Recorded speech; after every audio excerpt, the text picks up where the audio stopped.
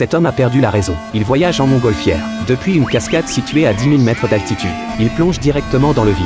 L'homme pousse des cris d'excitation. Après de telles secousses, l'homme s'en sort miraculeusement indemne. Serait-il vraiment en sécurité?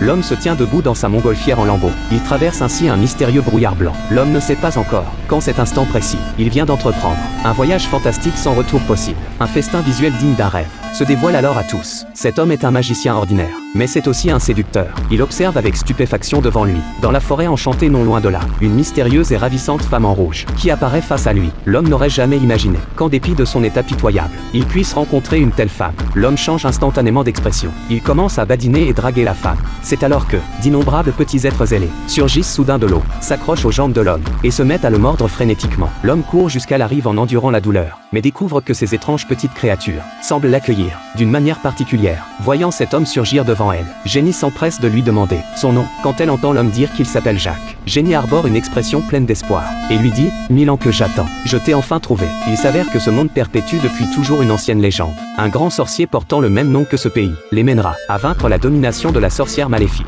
et deviendra le roi de ces lieux. Bien que Jacques soit perplexe en entendant qu'il peut devenir roi, il s'intéresse immédiatement. Un tour de passe-passe faisant apparaître une colombe plonge cette fille qui ignore ce qu'est la prestidigitation dans une admiration totale envers lui. Un petit tour de magie, une boîte à musique, accompagnée d'un boniment simple, conquiert entièrement le cœur de Jenny. Après une nuit d'approfondissement mutuel, ils se prennent par la main. Une douce atmosphère les enveloppe. C'est alors qu'ils aperçoivent soudain un singe ailé, étroitement entravé par des lianes. Or pour le singe, le plus dangereux ne sont pas les lianes sous ses pattes, mais le lion mâle derrière Jacques. Soudain, le lion bondit vers Jacques. C'est fichu. Dans cette situation critique, Jacques lance un accessoire de magie. Le lion effrayé prend la fuite, et ce geste renforce la conviction de Jenny quant à l'identité de sauveur de Jacques. Elle commence même à fantasmer sur son rôle de reine, tandis que Jacques a parfaitement conscience de sa situation. Il n'est pas un grand sorcier, il ne maîtrise aucune magie, mais il n'a désormais plus le choix. Il doit accompagner Jenny au palais de la Cité d'Émeraude. La femme qui s'avance vers eux n'est autre que Lucie, la sœur de Jenny, qui occupe le poste de conseillère royale du royaume.